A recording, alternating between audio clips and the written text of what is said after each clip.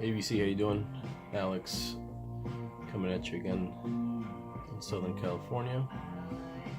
Just figured I'd come on and show you a few things I've been spinning last week or so.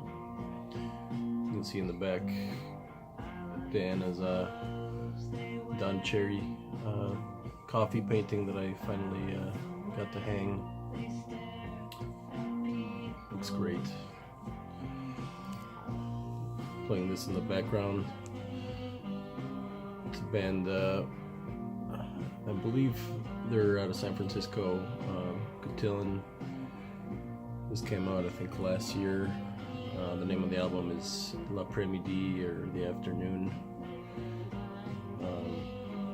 Yeah, really good, sort of drugged out indie pop. Small press, I think it was only about 250 pressed. But yeah, cool band. Discovered them at my local record store. I think they're signed on to Burger Records. That's my local store, and they also have their own label. So yeah, I look forward to seeing what else these guys do. A couple of 80's electronic records I've been listening to. Laurie Spiegel, The Expanding Universe. This is from 1980 on the Philo label.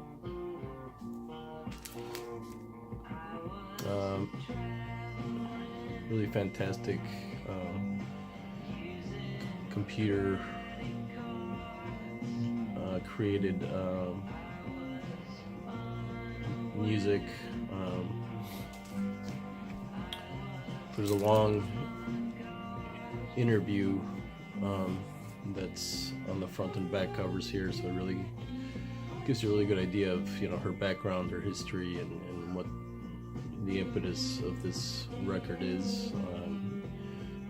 She really sounds like a brilliant person. She went to Juilliard and studied music formally, and eventually I guess she got access to Morton Subotnick's old studio setup or something, and she started pretty much messing around with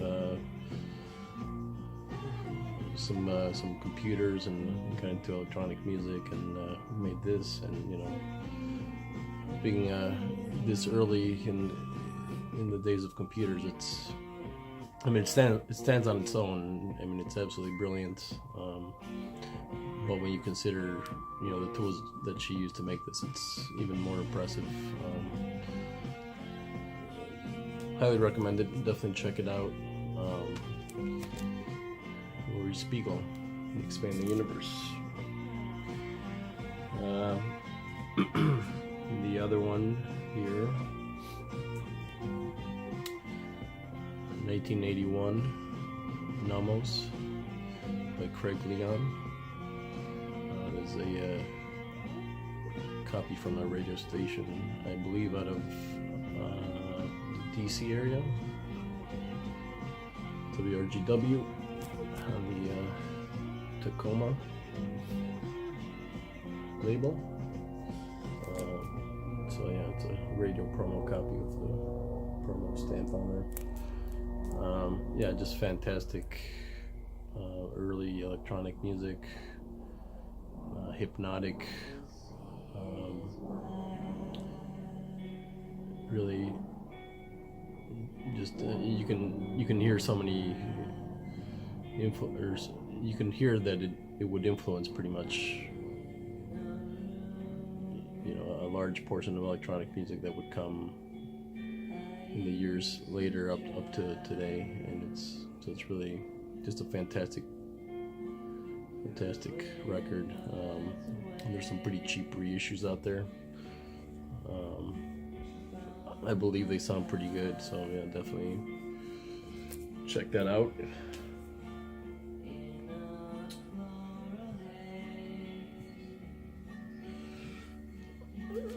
So I grabbed this one because James Buttery showed it on his recent live cast on YouTube. He was playing it a little bit in the background, and definitely caught my ear immediately. I'm pretty sure I've seen this before, but kind of reminded me to check this out again. And there's a reissue on Wawa. It's originally from 1974 on Italian label PDU. Really nice job on the reissue.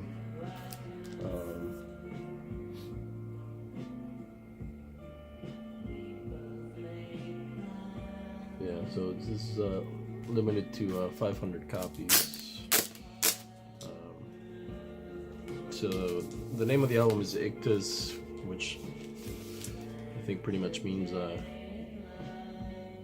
time interval on which a beat happens, which makes sense because the leader of 80's is Armando, it's Andrea Santazzo, who is a percussionist. He also had an electronic record, I think it's called Electricus, I believe, which I think predates this one. I don't have that one. I think that was also reissued on Wawa as well. I just have that one on my want list as well. But yeah, no, this is fantastic. So you have Armando Batistan on Fender piano, Hammond organ, keyboards. You got Andrea Santazzo on drum set, percussion, electronics, and vocals, and Franco Fruglio on double bass and electric bass. So yeah, this is a nice combination of electronics, jazz elements, Krautrocky elements, for lack of a better word. Really, really, really excellent. Anytime a great percussionist like Andrea is the leader of a project, I pay attention, and yeah, I was really happy with that. Now on the hype sticker for this one, it talks about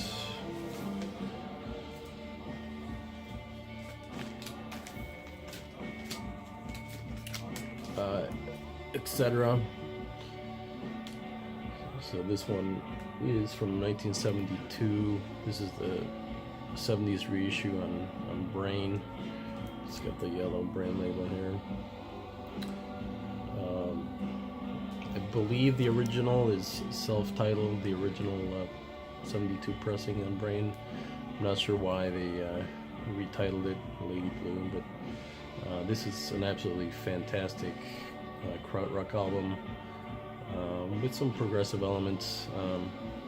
Honestly, I don't think it sounds a whole lot like 80's, but yeah, I kind of pulled it just to see, and I hadn't listened to it in a while.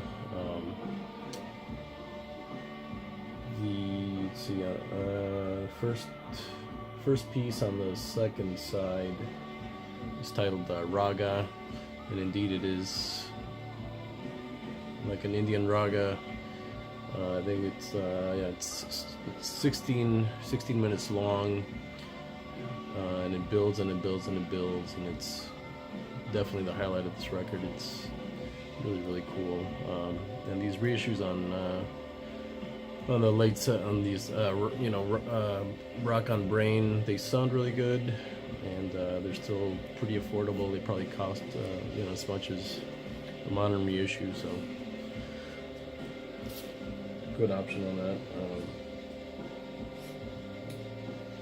Actually, so listening to that 80's record, it actually reminded me more of the percussive elements, in particular of side one of this masterpiece by Marion Brown, Afternoon of a Georgia Fawn. I know it's been shown on the VC a lot as a original US pressing on ECM. So yeah, this is largely a percussion it's as much an Andrew Cyril record as it is a Marion Brown record, in my opinion. Really, the percussive elements of this record drive, propel it forward, and so yeah, like I said, it really kind of made me think, pull this one out after hearing the great percussion on that 80's record. And then this one was kind of a random pull. I was just kind of resleeving this one, and I noticed that one of the tracks here is actually, I don't know if you can read that.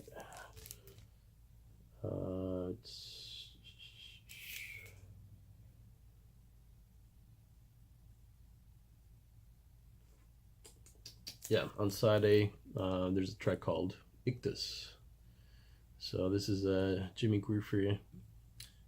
He's playing with Paul Bley on piano, and who else? The trio is Steve Swallow on bass, and Jimmy Griffey on the clarinet. I believe, this is the only one I have of Jimmy as the leader. It's from 1961 on Verb.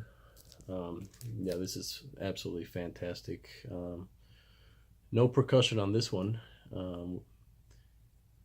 which really gives it a lot of room to breathe. There's a lot of open space here, but the playing is well ahead of its time. It sounds a lot more like an Anthony Braxton record from the 70s than something from 1961. Of course,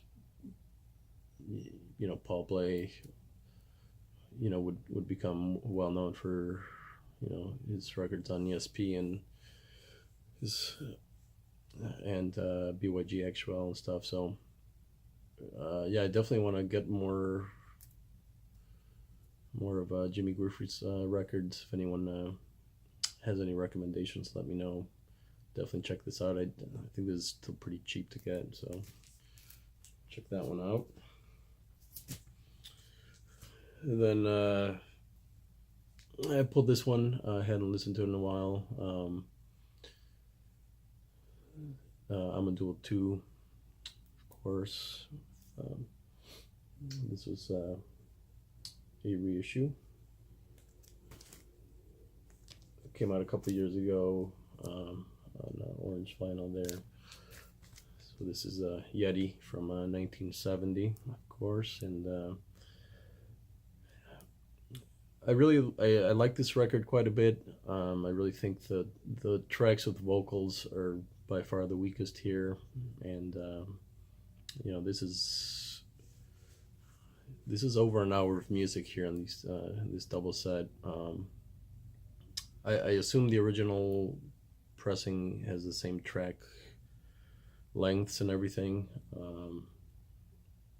Let me know if that's not the case, but I really think without a few of those vocal tracks that this record would be even better. Definitely a heavy psychedelic masterpiece from Amon Duel 2. So that's pretty much what I've been spinning these last few days. Hope everyone is doing well, and take care.